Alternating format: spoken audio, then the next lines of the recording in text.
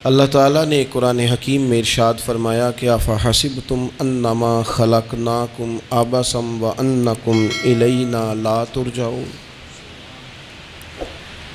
فرمایا کیا تم یہ گمان کرتے ہو کہ ہم نے تمہیں بیکار پیدا کیا ہے، اور کیا تم یہ سمجھتے ہو کہ تمہیں پلٹ کر ہماری طرف نہیں آنا۔ اللہ تبارک و تعالیٰ نے جو چیز بھی پیدا کی، جہاں بھی پیدا کی، بڑی حکمتوں کے تقاضوں کے تحت پیدا کی۔ میں کسی شخص سے بیزار نہیں ہو سکتا، کیونکہ ایک ذرہ بھی تو بیکار نہیں ہو سکتا۔ اللہ نے ہر چیز کو کمال حسن کے ساتھ دنیا میں پیدا کیا، اور انسان تو اشرف المخلوقات ہے۔ یہ تو اللہ تعالیٰ کی تخلیق کا شاہکار ہے۔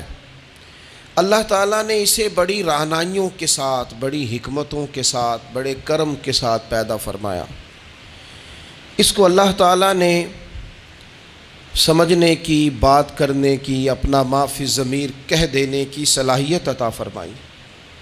مالک نے اسے عقل، شعور دیا، اور جو بڑی طاقتور مخلوق نظر آتی ہیں ان کو اللہ تعالیٰ نے انسان کے قبضے میں دے دیا۔ کتنا بڑا ہاتھی ہوتا ہے لیکن ایک چھوٹا سا بچہ اسے لیے پھرتا ہے۔ کتنا بڑا اونٹ ہے، کتنی طاقت رکھتا ہے، لیکن ایک چھوٹا سا بچہ اس کے ناک میں نکیل ڈالتا ہے اور اسے لے کے گھومتا ہے۔ اللہ تبارک و تعالیٰ نے اسے اشرف المخلوقات بنایا ہے۔ اتنے بڑے جہاز ایک انسان کے قبضے میں دے دیے ہیں۔ وہ جب چاہتا ہے جہاز اڑتا ہے، جب چاہتا ہے اسے زمین پہ اتار لیتا ہے۔ اللہ کی دی ہوئی طاقت سے ملکوں کو سر کرنا، بڑی بڑی ٹیکنالوجی کو ایجاد کرنا خدا نے اپنی توفیق سے اسے عطا کیا۔ اور پھر اگر وہ مسلمان ہے، پھر اگر وہ حضور کا غلام ہے، تو پھر تو فرمایا کنتم خیر امت اخرجت للناس، انسان ساری مخلوق میں افضل ہیں، اور میرے محبوب کا کلمہ پڑھنے والے سارے انسانوں میں سب سے افضل ہیں۔ ان کو اللہ نے اور زیادہ فضیلتوں سے، برکتوں سے مالا مال کیا۔ یہ وہ مخلوق ہے، یہ وہ لوگ ہیں، یہ وہ امت ہے کہ جو صرف ارادہ کرتی ہے نیکی کا، کرتی نہیں، ارادہ کرتی ہے تو اللہ نیکی کرنے کا اجر عطا فرما بھی دیتا ہے۔ یہ ابھی پلان کرتی ہے کہ میں یہ کام کروں گا تو رب اس کا ثواب شروع بھی فرما دیتا ہے، لیکن پتہ نہیں کیا ہو گیا ہے لوگوں کو، نیکی کے ارادے کرنے ہی چھوڑتے جا رہے ہیں، نیکی کی منصوبہ بندی کرنی ہی چھوڑ دی ہے، خیر کے لیے پلان کرنا ہی چھوڑ دیا ہے۔ بہت سارا وقت بیکار گزرتا ہے، بہت سارا وقت چوراہے پہ گزر گیا، بہت سارا وقت گپوں میں گزر گیا۔ عمرے دراز مانگ کے لائے تھے 4 دن، 2 آرزو میں کٹ گئے، 2 انتظار میں۔ ایک ڈھیر سارا طبقہ ہے جس سے پوچھتے ہیں کیا کر رہے ہو، وہ کہتے ہیں بس کچھ بھی نہیں، ٹائم پاس کر رہا ہوں۔ تو میں کہتا ہوں یار اتنا فالتو ٹائم کہاں سے آیا جسے پاس کرنا پڑا؟ میں بور ہو رہا ہوں، تو میں کہتا ہوں بور ہونے کے لیے وقت کہاں سے لیا آپ نے؟ آپ تو مسلمان ہیں، آپ کا تو وقت شریعت نے بڑا قیمتی کر دیا ہے۔ آپ تو 1 منٹ میں 3 بار سورہ اخلاص پڑھ سکتے ہیں۔ آپ کو تو ذرا سا وقت ملے تو آپ جا کے 2 رکعت نماز کی نیت باندھ سکتے ہیں۔ آپ کو تو تھوڑا سا وقت ملے تو آپ کے تو نبی پاک علیہ السلام نے یہاں تک ہماری تربیت کر دی، ہمارے حضور فرمانے لگے تم کانٹا اٹھا سکتے ہو نا گلی سے، تو وہی اٹھا دینا، اس پر بھی رب صدقے کا ثواب عطا کرے گا۔ تو یہاں تو کانٹوں سے بھری ہوئی گلیاں ہیں۔ میرے نبی پاک نے تو فرمایا تھا کسی مومن کو بس خوش کر دینا، وہ چاہے لمحے کے لیے ہی ہو، اس کے دل میں راحت ڈال دینا، اسے تسلی دے دینا، روتے ہوئے آنکھ آنسو پونچھ دینا، اس کو کہہ دینا میں تیرے ساتھ ہوں۔ فرمایا مومن کے دل میں تم نے خوشی داخل کر دی تو 60 سال نفل پڑھنے سے اللہ تمہیں زیادہ ثواب عطا کر دے گا۔ تو یہ فارغ بیٹھنے کا وقت کہاں سے آیا؟ یہ بور ہونے کا ٹائم کہاں سے آیا؟ ہم نے اپنے آپ کو بیکار کر لیا ہے، اور رب نے نہیں بیکار پیدا کیا، ہم نے بیکار کر لیا، ہم نے اپنے آپ کو زنگ لگا لیا۔ ملت کا وہ جوان جس کو چاہیے تھا کہ وہ خاندان کے 20، 50، 60 لوگوں کو لے کر چلتا، کفالت کرتا، نمائندگی کرتا، آگے بڑھ کے کہتا میں ہوں نا، گھبرانا نہ، وہ نوجوان خود دکھ سناتا ہے رو رو کے، وہ مجبوریاں سناتا ہے، وہ کچی کچی باتیں کرتا ہے، وہ کہتا ہے مجھے کالا جادو ہو گیا ہے، وہ کہتا ہے فلانے کی نظر لگ گئی ہے، وہ کہتا ہے چچا نے آگے نہیں جانے دیا، وہ کہتا ہے میں ابا جی نے صحیح تقسیم نہیں کی تو میں پیچھے رہ گیا۔ اتنی کمزور بات کرے گا، اور وہ مسلمان اپنی صلاحیت کو پہچانے۔ حضرت سعدی شیرازی کے پاس ایک شخص نے بیٹھ کے اپنے دوستوں کی غلطیاں گنوانی شروع کر دی، ان میں یہ بھی غلطی ہے، یہ بھی غلطی ہے، یہ بھی غلطی ہے، یہ بھی غلطی ہے، یہ بھی غلطی ہے۔ تو حضرت سعدی ہنس پڑے، فرمانے لگے اور یاد رکھ تیرے سجن بڑے ہی برے ہیں، اور پانی بڑا بھی گندا ہو نا تو آگ بجھانے کے کام پھر بھی آ جایا کرتا ہے۔ کوئی تو خوبی ان میں تلاش کر لینا، پانی بڑا بھی گدلا ہو تو آگ تو بجھاتا ہے کہ نہیں بجھاتا۔ ہمارا یہ مزاج بن گیا ہے کہ ہم اپنی صلاحیتوں سے کام ہی نہیں لیتے، ہمیں پتہ ہی نہیں ہم کیا کر سکتے ہیں۔ میرے رسول پاک صلی اللہ علیہ وسلم کا کمال یہ ہے کہ حضور نہ انسان کی صلاحیتیں اجاگر کر دیتے، محبوب اجاگر کر دیتے، حضور اندر جذبہ پیدا کر دیتے۔ اس طرح کا وہ اقبال کہتے ہیں کہ تمہارا وقت کا امام وہ نہیں ہوتا جو تمہیں کہے حالات بڑے خراب ہیں، اس قوم کا کچھ بھی نہیں ہو سکتا، اس ملک کا کچھ بھی نہیں ہو سکتا، فلانا ادارہ بھی خراب ہو گیا، فلانا بندہ بھی کرپٹ ہو گیا، فلانا بھی دنیا دار ہو گیا، پیر بھی خراب ہو گئے، مولوی بھی خراب ہو گئے، سیاستدان بھی خراب ہو گئے، اور بیوروکریٹس بھی خراب ہو گئے، اور تاجر بھی خراب ہو گئے، اور فلانی برادری یہ ظلم کرتی، فلانا قبیلہ یہ ظلم کرتا ہے، فلانے شہر کے لوگ، اسی چکر میں صرف مایوسیاں پھیلانی ہیں، کبھی خیر کی بات ہی نہیں کرنی۔ لیکن اقبال کہتے ہیں کہ ہے وہ تیرے زمانے کا امام برحق جو تجھے حاضر و موجود سے بیزار کرے اور موت کی شکل میں دکھلا کے تجھے جلوہ یار زندگی تیرے لیے اور بھی دشوار کرے، وہ تیرے اندر رمق پیدا کرے۔ آج جو حاجی غار سور پہ جاتے ہیں تو یہ لوگ پانی کی بوتل ان کی بغل میں ہوتی ہے، رستے میں 3-4 جگہ بنی ہوئی ہیں، پانی پئیں، چائے پئیں، جوس پئیں، بندوبست ہے، آپ کے کھانے پینے کے لیے آپ چیزیں خرید سکتے ہیں۔ اوپر جائیں تو وہاں بھی سارا کچھ بیٹھنے کا بہترین اہتمام ہے۔ جب حضرت صدیق اکبر گئے تھے تو دن کو نہیں گئے تھے، رات کو گئے تھے، اور جناب اسماء بنت ابی بکر جب رات کو کھانا لے کے جاتی تھی تو وہاں تو دن کو آج بھی 1400 سال کے بعد بھی آبادی کوئی نہیں۔ اس وقت کیا منظر ہوگا، اور اب رستہ بن گیا تھا، اب تو رستہ بھی نہیں تھا۔ تو حضرت اسماء کہتی ہیں میں اکیلی روٹی پکاتی تھی، پھر اسے باندھتی تھی، پھر میں یہ نہیں کہ 2-4 میرے ساتھ ساتھی چلو تو پھر غار سور پہ چلتے ہیں، لوگ تو یوں جاتے ہیں نا۔ فرماتی میں دیکھتی تھی ادھر ادھر کہ کوئی ہے تو نہیں، دیکھ تو نہیں رہا۔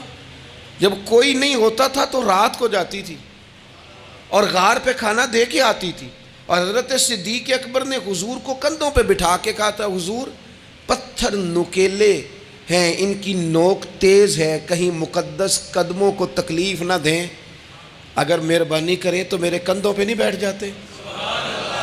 حضور حضرت صدیق اکبر کے کندھوں پہ بیٹھ گئے۔ درویش کہنے لگے پباں پار قدم نہیں جے لاؤندا تے 100 پہاڑ تے چڑھیا جاندا، او پیا جاندا جے یار نبی دا، اے اصلی دلدار نبی دا، او پیا جاندا جے یار نبی دا، اے اصلی دلدار۔ اپنے اندر جذبہ پیدا کرے، ہم کچھ کر سکتے ہیں۔ غریب ساری زندگی دکھ ہی سنائے گا کہ میں غریب ہوں، اس نے محنت کب کرنی ہے، جد و جہد کب کرنی ہے، اس نے آگے کب پڑھنا ہے، وہ کب تک یہ کام کرے گا۔ اپنی زندگی کے اندر شعور پیدا کریں اور اپنی صلاحیت سے کوئی نفع لیں۔ آپ کیا کر سکتے ہیں زندگی میں؟ میں نے کہا کچھ نہیں کر سکتے، گلی سے روڑا تو اٹھا سکتے ہیں کہ نہیں؟ کچھ انقلاب اپنے مزاج میں پیدا کریں، کچھ تبدیلی پیدا کریں۔ اس کے لیے سب سے زیادہ ضروری یہ ہے کہ ہم اپنے اندر اخلاقی تبدیلی لانے میں کامیاب ہو جائیں۔ کائنات میں ایک قوم وہ سمجھتی ہے جن کا اخلاق سنور جاتا ہے، اور جو لوگ اپنے اندر اخلاقی تبدیلی نہیں نہ لاتے، آپ دیکھیں نبی پاک علیہ السلام کا انقلاب کس طرح کا ہے۔ عرب کے لوگ سمجھتے تھے کہ معاف کرنا بزدلی ہے، صبر کرنا بزدلی ہے۔ وہ کہتے تھے یہ کیا بات ہوئی، ہمارا دشمن کیا سمجھے گا کہ بزدل ہے، انہوں نے معاف کر دیا ہے۔ وہ کہتے تھے معاف کر دیں تو کمزور پڑ جائیں گے، سامنے والا کہے گا کہ ان کے پلے کچھ نہیں، معاف کر دیا۔ اور ہمارے زمانے میں آج معاف کمزور آدمی کرتا ہے، طاقتور آدمی معاف نہیں کرتا۔ وہ جس کے پاس طاقت نہیں ہوتی وہ کہتا ہے ٹھیک ہے میں نے اللہ پہ چھوڑ دیا، حالانکہ اس نے بھی اچھا کیا، پر کمال تو یہ ہے کہ تیرے پاس ساری طاقت ہو پھر بھی تو فیصلہ اللہ پہ چھوڑے۔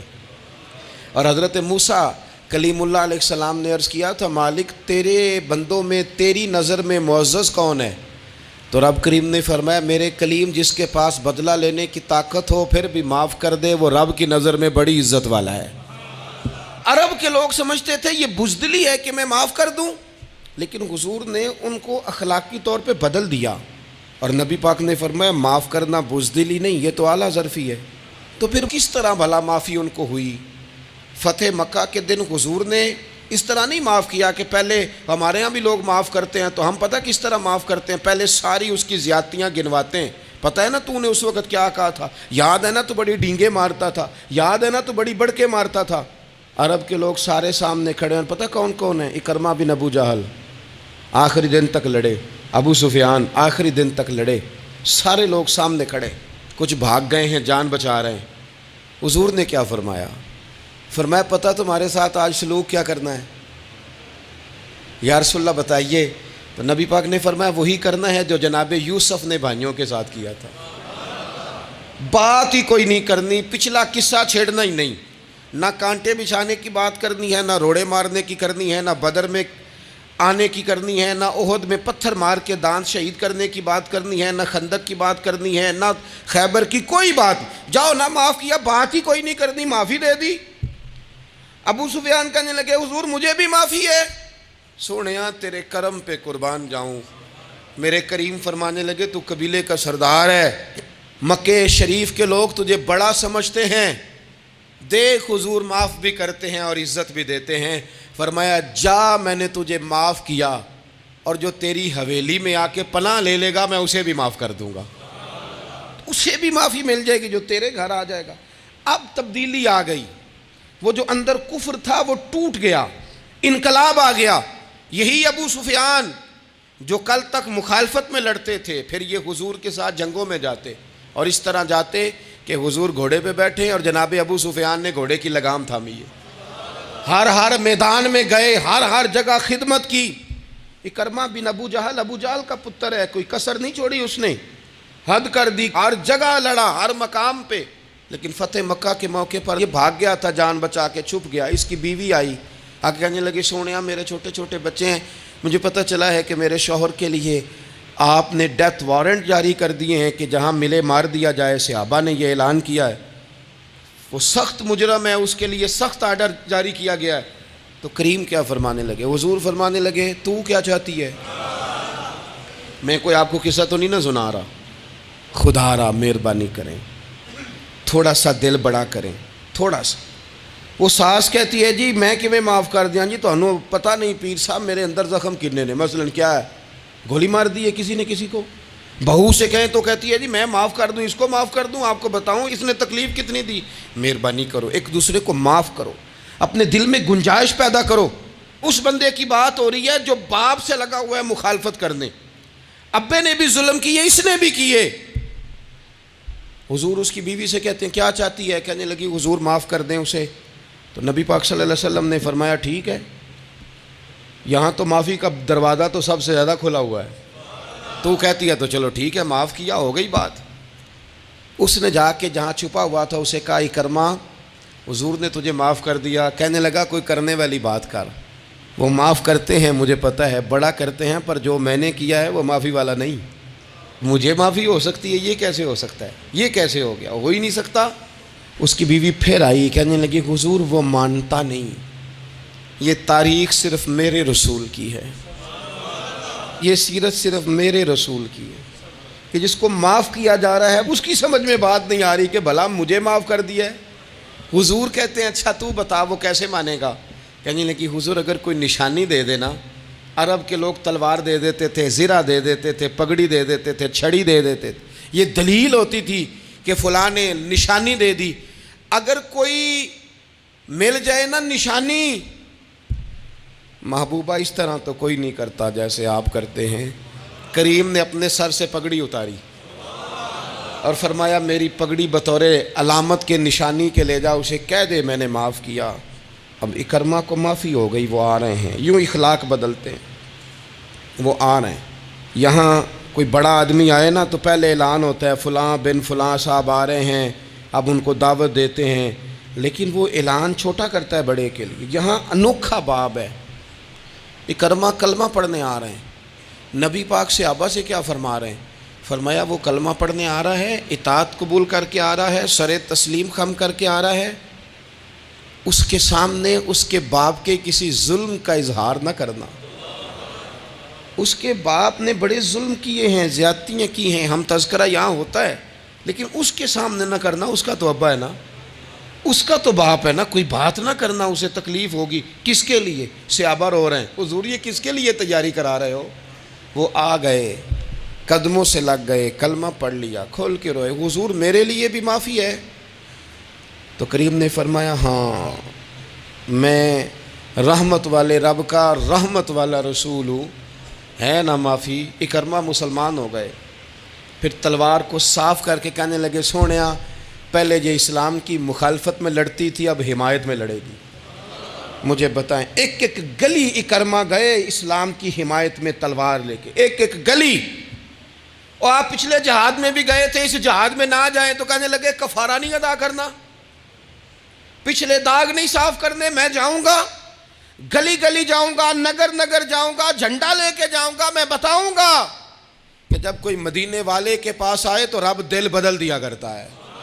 انقلاب آتے ہیں، عادتیں بدلتی ہیں، طبیعتوں میں تغیر آتا ہے. کون کہتا ہے نہیں آتا؟ میں جاؤں گا. حمص میں حضرت عمر کے زمانے تک اکرمہ لڑے، سالوں میدان میں رہے اسلام کی حمایت میں، اور پھر حمص کے میدان میں حضرت عمر کے دور میں لڑتے ہوئے شہادت کی موت اللہ نے انہیں عطا فرمائی. یہ آپ دیکھیں حضرت خالد بن ولید کون ہے؟ کہنے لگے حضور میں تو بڑی شدت سے اسلام کے خلاف لڑتا تھا، میری غلطیاں بھی معاف ہو جائیں گی. تو حضور فرمانے لگے اسلام پچھلے سارے معاف کرا دیا کرتا ہے، نئی زندگی کا آغاز ہو جاتا ہے. نئی زندگی کا آغاز ہوتا ہے. حضور نے فرمایا جو رمضان میں عبادت کر لے نا، ایمان کے ساتھ رمضان میں عبادت کر لے، اللہ اس کے پچھلے سارے ہی معاف فرما دیتا ہے. اب وہ نئی زندگی کا آغاز کرے. جس نے شب قدر پہ رو رو کے توبہ کی ہے وہ رمضان کے بعد کرپشن چھوڑ دے، جھوٹ چھوڑ دے، بددیانتی چھوڑ دے، دل دکھانا چھوڑ دے. جس نے رمضان میں روزے رکھے، تراویح پڑھی ہے، وہ نئی زندگی کا آغاز کرے. خدا کی رحمت سے گناہ معاف ہو گئے، اب وہ آگے بڑھے. نبی پاک علیہ السلام نے فرمایا جو اللہ کے گھر کا حج کار آیا وہ اس طرح ہے جس طرح آج ماں کے پیٹ سے پیدا ہوا ہے. اب نئی زندگی کا آغاز کرے، اب وہ اپنی عادات میں تبدیلی لائے، اب وہ بدل جائے.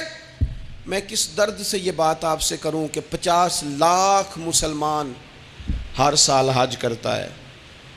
اگر 25 لاکھ کا کردار بھی ٹھیک ہو جائے تو سال کا 25 لاکھ با کردار مسلمان اگر دنیا کو دیا جائے تو بتائیے امت مسلمہ کا سر کتنا اونچا ہوگا.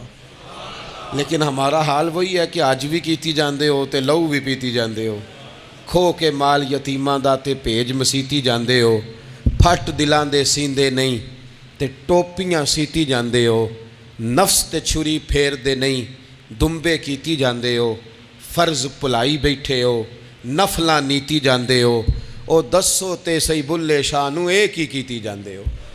بات وہی ہے کہ کعبے گئے، مدینے گئے، کربلا گئے، جیسے گئے تھے گھوم پھر کے ویسے ہی آ گئے. کچھ تبدیلیاں اپنے مزاج میں لائیں، اپنی عادات میں لائیں. حضرت خالد بن ولید نے کہا حضور سارے گناہ معاف ہو گئے. فرمایا ہو گئے. حضرت خالد بن ولید نے پھر اپنی تلوار تھامی اور جناب خالد بن ولید پھر اس طرح میدانوں میں نکلے کہ نبی پاک نے فرمایا اب یہ خالد نہیں، یہ تو سیف اللہ ہے، یہ تو اللہ کی تلوار بن گیا ہے. اس جذبے سے، شوق سے اپنے مزاج کو تبدیل کر کے اس طرح میدان میں آئے. فرمایا اب یہ اللہ کی تلوار ہے. پورا وجود زخمی کرایا اور ساری زندگی اسلام کی حمایت میں تلوار چلائی. ہم بدل سکتے ہیں، تبدیلی آ سکتی ہے، ہمیں بدل جانا چاہیے. بہلول دانا سے کہا تھا ہارون رشید نے کہ مجھے کوئی نصیحت کر دے، میں بادشاہ ہوں. سخت دل ہو جاتا ہے کئی دفعہ. تو حضرت بہلول دانا کہنے لگے میں کیا نصیحت کروں، آپ کا باپ کہاں